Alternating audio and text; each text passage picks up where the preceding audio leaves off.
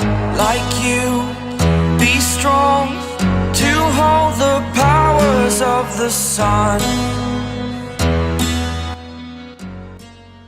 तो अभी तक आपने देखा नेथनियल कैंग के सूट के मदद से टाइम ट्रैवल करके रामाटूट के एरा में आकर पहुंचता है, जहाँ पे रामाटूट उसे स्कारलेट सेंचुरियन बनाता है और एपोक्लिप्स के साथ लड़वाता है। पर जब रामाटूट फैंटास्टिक फोर से बचने के लिए यहाँ से भाग जाता है, तब नेथनियल एपोक्लिप्स के पास जाकर उससे मदद मांगता है।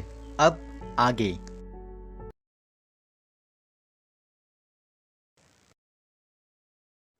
एपोक्लिप्स अपने और नेथनियल के सूट की बची हुई ताकत से एक टाइम कैप्सूल बनाता है। दरअसल ये डिवाइस नेथनियल को 21वीं सेंचुरी तक बेहोश रखेगा और इसी दौरान वो एज भी नहीं करेगा। तो जब 20वीं सेंचुरी में ये डिवाइस फिर से ओपन होगा, वहाँ से निकलेगा नेथनियल। इसके बाद एपोक्लिप्स नेथनियल से कहता है, मेरी बात ध्यान से सुनो और खुद को तैयार करो आने वाले कल के लिए। तुम्हारा फ्यूचर वर्जन कैंग, रामाटूट, इन्होंने ये वक्त को गुलाम बनाया है। वो लोग टाइम ट्रैवल करते हैं। जवाब में नेथनियल चिल्लाते हुए कहता है, ये सब मेरा प्लान था, मुझे सब समझ में आ चुका है, तो अपना भाषण बंद करो और मुझे जल्दी से मेरे मंजिल तक भेजो। पर तभी नेथनियल हमसे कहता है कि ये एक झूठ था, मुझे कोई अंदाज़ा नहीं था कि मुझे कितनी दूर तक जाना है। मैंने टाइम ट्रैवल किया, सिवाय टेक्नोलॉजी के, सिवाय जादू के, पर फिर भी मैंने ये किया। बस फ़र्क इतना था कि ये सफ़र बहुत लंबा होने वाला है। एपोक्लिप्स की वजह से मेरा उम्र नहीं बढ़ेगा, तो जब मैं सफ़र पूरा करूँगा, जब मैं नींद से उठूँगा, तब मेरी उम्र उतनी ही होगी जितनी अब है। तो इसके बाद हमारी कहानी शिफ्ट होती है 21वीं सेंचुरी में, जहाँ पे कुछ आर्कियोलॉजिस्ट नेथनियल को सर्कोफेगस को ढूंढ लेते हैं और उसे लेकर वो शहर की तरफ जाने लगते हैं। तभी हमें उस कार के रेडियो में जे जोना जेमसन की आवाज़ सुनने को मिलता है, जो कहता है, दोस्तों ये है J Jonah Jameson news of the world New York से। रीड रिचर्ड और उनके बाकी अजीबोगरीब 3 दोस्तों को पेरू के आसमान में देखा गया है, जिनके साथ एक्समैन भी थे। और एक शॉकिंग खबर ये भी है कि एवेंजर्स ने एक नया लीग बनाया है, जहाँ पे होंगे एवेंजर्स के कुछ नए मेंबर्स। इसके बाद कैप्टन अमेरिका के फिर से जिंदा होने की खबर भी आपके सामने रखना चाहूंगा मैं। मेरे ख्याल से उनके देश के प्रति कर्तव्य कभी खत्म नहीं हुआ था। पर एक बुरी खबर ये भी है दोस्तों कि एक अनजान स्पेसशिप ने फिर से हमला किया है हमारे शहर में। अब ये बात सुनते ही नेथनियल को ये पता चल जाता है कि उस स्पेसशिप किसका है, और वो मन ही मन में कहता है, कैंग। इसके बाद हम एवेंजर्स को कैंग के शिप के साथ लड़ते हुए देखते हैं, और तब नेथनियल कहता है, द एवेंजर्स, हमेशा मेरे कान पे इनकी आवाज़ गूंजती रही। Thor, captain America, iron man, इनके बारे में मैं पढ़ा हूँ, पर सच यही है कि जीत इन्हीं की होगी। कैंग फिर से हारकर समय में कहीं खो जाएगा, क्योंकि यही उसकी सबसे बड़ी हथियार है। इसके बाद नेथनियल शिप के अंदर जाता है और सोचता है ये सब कितना जाना पहचाना है। पर इतनी ही देर में एवेंजर्स कैंग के साथ लड़ने लग जाते हैं, जहाँ पे थॉर उसे कहता है, तुम में उतना ताकत नहीं जितनी हमारी म्योनीर में है कैंग। हम तुम्हारे ताकत को ही तुम्हारे खिलाफ इस्तेमाल कर सकते हैं। कैंग जवाब में कहता है, मैं बस अपने शिप तक पहुंचना चाहता हूँ। शिप में पहुंचने के बाद कैंग कमांड करता है, टाइम स्ट्रीम में चलो अभी। तभी नेथनियल पीछे से कैंग को कहता है, आज तुम्हारा दिन नहीं है कैंग। हो सकता है तुमने टाइम और स्पेस को जीतकर बहुत ज्यादा फ्यूचर में या बहुत ज्यादा पास्ट में टाइम ट्रैवल किया है, पर आज तुम्हारी मौत मेरे ही हाथों होगी। इसी बीच कैंग का शिप लॉन्च होने के लिए तैयार हो जाता है, और हम देखते हैं शिप के अंदर कैंग नेथनियल से पूछता है, ये कैसे मुमकिन है? 23 साल की उम्र तक मुझे टाइम मशीन नहीं मिला था, तो तुम आखिर हो क्या? जवाब में नेथनियल कहता है, मैं जो भी हूँ तुम्हारी वजह से हूँ, तुम्हारा दूसरा मौका, और ये सब तुम्हारी गलती है, और जिसके वजह से तुम खुद को कोसोगे। तुम्हारी वजह से रवोना की मौत हुई। मैं उससे प्यार करता था, लेकिन तुमने सब कुछ छीन लिया, और अब मैं उसका बदला लूंगा। इसके बाद कैंग पूछता है, फिर इसके बाद क्या छोटे कैंग? जवाब में नेथनियल कहता है, तुम्हारा वक्त खत्म हुआ, मैं तुम्हें मारूंगा, तुम्हें हर एक टाइमलाइन से मिटाऊंगा, और वापस पीछे जाकर तुम्हारा साम्राज्य छीनूंगा, और रवोना को बचाऊंगा, और उस प्राचीन रेत में तुम्हें खाक कर दूंगा। अब ये सुनकर कैंग गुस्से में चिल्लाते हुए कहता है, तुम पागल हो गए हो क्या? तुम्हें मैंने बनाया है। इसके जवाब में नेथनियल कैंग से कहता है, कैंग के आगे वक्त कुछ भी नहीं। तभी पीछे से कोई उन लोगों को कहता है, कितना मजेदार है ये, है ना?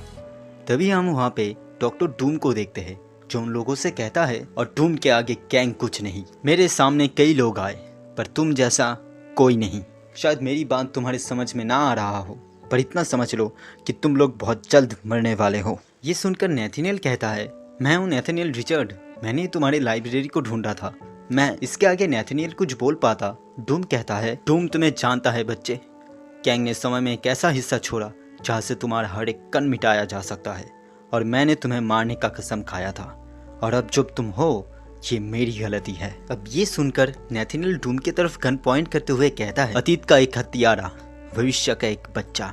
वक्त सच में एक अजीब चीज है ना? मेरे समय में सब तुम्हें डूम के नाम से जानता था, पर इसका ये मतलब नहीं कि मैं तुम्हारा जान नहीं ले सकता। अब ये सब सुनते हुए कैंग कहता है, मतलब तुम दोनों के हिसाब से कैंग को मरना होगा, पर तुम लोगों के लिए ये एक लिखे जाने वाला कल है, पर मेरे लिए ये एक अनजान वर्तमान। इसका मतलब है कि कैंग ही आने वाला कल है। इसके बाद कैंग डूम और नेथनियल के ऊपर वार करता है। तभी नेथनियल कैंग को बोलता है, हमारे पास एक रास्ता है, हम डूम के वंशज हो सकते हैं, पर हम डूम जैसा नहीं है।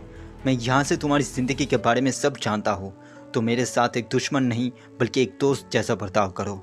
मेरे बात ध्यान से सुनो कैंग, एक सौदा है मेरे पास। इसके बाद नेथनियल और कैंग मिलकर एक फोर्स फील्ड को क्रिएट करते हैं और अपने शिप की मदद से एक इंटरनल टाइम फील्ड को एक्टिवेट करके डूम को कहीं दूर भेज देता है। पर इसी बीच हमें ये भी पता चलता है कि कैसे नेथनियल के टाइम पे नेथनियल के दोस्त नेथनियल को बुली करता था। उसके दोस्तों का उसका गला काट देना, विक्टर वॉन डूम को अपना इंस्पिरेशन मानना, सब एक तरफ था, पर उसकी जिंदगी तब बदली जब वो कैंग से मिला। पर डूम के वहाँ से जाते ही नेथनियल कैंग की तरफ फिर से गन पॉइंट करते हुए कहता है, नहीं कैंग, तुम एक चीज में सही था, तुम्हारा वक्त खत्म हुआ। और अपना बात खत्म होते ही नेथनियल कैंग को शूट करता है। कैंग का पूरा शरीर खून से भरा होता है। तब वो कहता है, Kang is dead, long live Kang. पर नेथनियल कैंग के ऊपर लगातार शूट करता जाता है जब तक कैंग पूरी तरह से मर नहीं जाता। और हम देखते हैं कि कैसे नेथनियल आज़ाद होता है कैंग से। तब वो कैंग के शिप की मदद से इजिप्ट में पहुंचता है जिस दिन रामाटूट यहाँ पे आया था। नेथनियल ये सब इसलिए करता है ताकि वो रवोना को बचा सके, और इसी तरह नेथनियल बनता है फेराओ रामाटूट। इसके बाद नेथनियल हमसे कहता है, अब मैं वो करूँगा जो नेथनियल नहीं कर पाया था। तभी हम रामाटूट के सामने आयनलैंड और रवोना को देखते हैं, जहाँ पे रवोना उससे कहती है, अगर तुम सच में मुझे प्यार करते हो तो मुझे आज़ाद करो। लेकिन रामाटूट यहाँ पे रवोना के ऊपर वार नहीं करती है, बल्कि उसे एक सीक्रेट बेस में ले जाता है ताकि एपोक्लिप्स के साथ आने वाली जंग में वो सुरक्षित रहे। पर खुद के यंग वर्जन के साथ वो इसका उल्टा करता है, क्योंकि आयनलैंड का डेस्टिनी था रामाटूट बनना, तो इसीलिए रामाटूट वो सब चीज होने देता है जो होना जरूरी था। पर इसके बाद नेथनियल के साथ वो सब चीजें होने लगती है जो फेराओ रामाटूट के साथ हुआ था, फैंटास्टिक फोर का आना और रामाटूट को हराना। पर फैंटास्टिक फोर से बचने के लिए नेथनियल भी रामाटूट की तरह ही बहुत ज्यादा फ्यूचर में टाइम ट्रैवल करता है, और इसी वजह से वो ऐसी जगह पहुंचता है जो नेथनियल के टाइमलाइन से बहुत ज्यादा फ्यूचर में होता है। पर नेथनियल के उस सर्कोफेगस से निकलते ही कोई शख्स उसके सामने होता है, और वो शख्स कोई और नहीं बल्कि होती है रवोना। तो दोस्तों ये था only my left to conquer का एपिसोड 3। आपको ये वीडियो कैसा लगा नीचे कमेंट कीजिए। अगर वीडियो अच्छी लगी तो प्लीज़ लाइक कीजिए, शेयर कीजिए, और चैनल पे नए हैं तो प्लीज़ सब्सक्राइब कीजिए। तो मिलते हैं अगले वीडियो में, तब तक के लिए गुड बाय।